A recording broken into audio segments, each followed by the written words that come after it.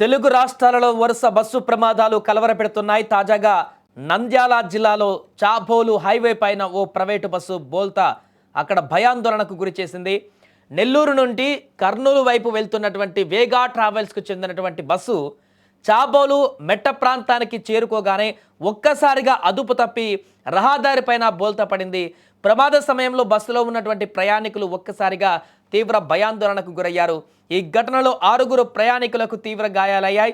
అదృష్టవశాత్తు ఎవరికి కూడా ప్రాణ నష్టం జరగకపోవడంతో అందరూ ఊపిరి పీల్చుకున్నారు. ఇక స్థానికులు అటుగా వెళ్తున్నటువంటి మిగతా వాహనదారులు కూడా వెంటనే స్పందించి బస్సు అద్దాలు పగలగొట్టి లోపల చిక్కుకున్నటువంటి ప్రయాణికులను కూడా బయటకు తీశారు. ఇక ప్రమాదం జరిగిన వెంటనే సమాచారం అందుకున్నటువంటి పోలీసులు అత్యవసర చికిత్స సిబ్బంది ఘటనా స్థలానికి చేరుకున్నారు. గాయపడినటువంటి వారిని తక్షణమే 108 అంబులెన్స్లలో నంద్యాల ప్రభుత్వ ఆసుపత్రికి తరలించారు. ప్రస్తుతం బాధితులకు వైద్యులు మెరుగైనటువంటి చికిత్స అందిస్తున్నారని, వారి ఆరోగ్య పరిస్థితి నిలకడగానే ఉందని కూడా ఆసుపత్రి వర్గాలు వెల్లడిస్తున్నాయి. ఇక బస్సు అకస్మాత్తుగా బోల్తా పడడంతో లోపల ఉన్నటువంటి సామాగ్రి అంతా కూడా కింద పడిపోయి ప్రయాణికులకు తీవ్ర అసౌకర్యం కలిగింది. ఇక ఈ ప్రమాదానికి గల కారణాలపైన ఇప్పుడు భిన్నమైనటువంటి వాదనలు వినిపిస్తున్నాయి. హైవేపై ఒక పెద్ద రాయి అడ్డంగా ఉందని, దానిని తప్పించబోయేటువంటి క్రమంలో బస్సుపై నియంత్రణ కోల్పోయి బోల్తా పడిందని కూడా బస్సు డ్రైవర్ చెప్పాడు. అయితే బస్సులో ఉన్నటువంటి ప్రయాణికులు మాత్రం డ్రైవర్ వాదనను తోసిపుచ్చుతున్నారు. బస్సు అతివేగంగా వెళ్లడం వల్లే మలుపు వద్ద డ్రైవర్ నియంత్రించలేకపోయారని కూడా, మితిమీరినటువంటి వేగమే ఈ ప్రమాదానికి ప్రధాన కారణమని కూడా ఆరోపిస్తున్నారు. ఏదేమైనా కూడా ఈ ప్రమాదానికి సంబంధించినటువంటి వివరాలను కూడా పోలీసులు సేకరిస్తున్నారు.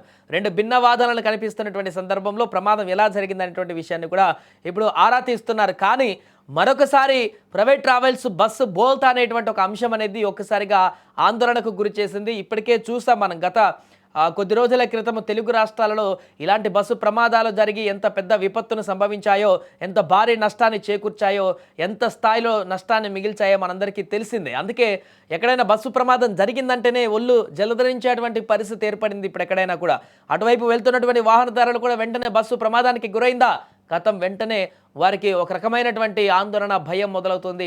వెంటనే వారిని రెస్క్యూ చేసేటువంటి పనిలో కూడా నిమగ్నం అవుతున్నారు. ఏదేమైనా కూడా ఇది గతంలో జరిగినటువంటి భారీ ప్రమాదాల్లో మాదిరిగా కాకుండా చిన్న ప్రమాదంగానే బయటపడింది. అంటే అందులో ఉన్నటువంటి గాయాలయ్యాయి వారికి, కానీ ఎలాంటి ప్రాణ నష్టం కానీ ఇంకా అంతకంటే పెద్ద నష్టం కానీ జరగకపోవడంతో అంతా ఊపిరి పీల్చుకున్నారు. ఇక ఆ బస్సులో ప్రయాణిస్తున్నటువంటి కుటుంబ సభ్యులు, వారి కుటుంబ సభ్యులందరూ కూడా ఈ విషయం తెలుసుకొని కంగారు పడ్డారు. బస్సు బోల్తా పడింది అనగానే ఫస్ట్ ఆఫ్ ఆల్ మనకు గత కొన్ని రోజుల్లో నుంచి నెలకొన్నటువంటి అంశాలన్నీ కూడా మెదళ్ళలో ఉన్నాయి కాబట్టి, అవే ఇంకా స్క్రీన్ మీద కనపడుతుంటాయి కాబట్టి, మనకు ఎప్పటికవి కళ్ళ ముందే కదలాడుతుంటాయి కాబట్టి ఒక రకమైనటువంటి భయాందోళనకు అయితే వారు కూడా గురయ్యారు. ఆ తర్వాత హాస్పిటల్లో వారి పరిస్థితి తెలుసుకున్న తర్వాత, అక్కడికి వెళ్ళిన తర్వాత వారి కుటుంబ సభ్యులు, ప్రయాణికులు ఎవరైతే ఉన్నారో వారి కుటుంబ సభ్యులు వచ్చి ప్రాణాపాయం లేదనుకున్నటువంటి తర్వాత కొంత వారు అక్కడ స్టేబుల్గా ఉన్నటువంటి పరిస్థితి నెలకొంది. ఏదేమైనా కూడా ఒక భారీ ప్రమాదం అయితే మరొకసారి నంద్యాల జిల్లాలో సంచలనంగా మారింది. హైవేలలో తాగుబోతులు పెడుతున్నారో తెలీదు, ఎవరు పెడుతున్నారో తెలీదు. హైవేలలో బండ్లు స్పీడ్లో పోతుంటాయి, స్లోగా పోతుంటాయి. కానీ కాకపోతే మధ్యలో రోడ్లో రాళ్ళు పెట్టడం దేనికి? ఎవరు రాళ్ళు పెడుతున్నారు?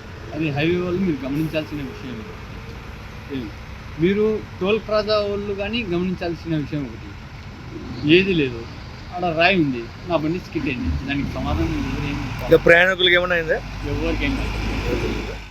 నెల్లూరు నుంచి కర్నూలు పోయే వేగా బస్సు, ఏసీ బస్సు, ఇంకా దేవుని వల్ల ప్యాసింజర్స్ 6 మంది ఉన్నారు కాబట్టి ఎటువంటి ప్రాణాపాయం జరగలేదు, ఎవరు కూడా పెద్దగా గాయాలు కాలేదు. డ్రైవర్ చాకచక్యంగా కొద్దిగా స్లో చేశాడు కాబట్టి బండి కొద్దిగా అప్సైడ్ అయిపోయింది. డ్రైవర్ కూడా ఎటువంటి దెబ్బలు లేవు, చిన్న గోపురుగా అయినాయి. మాకు ఇమ్మీడియట్లీ 900 ఫోన్ వస్తానే మా SBT SP sir, Srinivas Reddy sir మేము వచ్చేసి ఉదాహరణ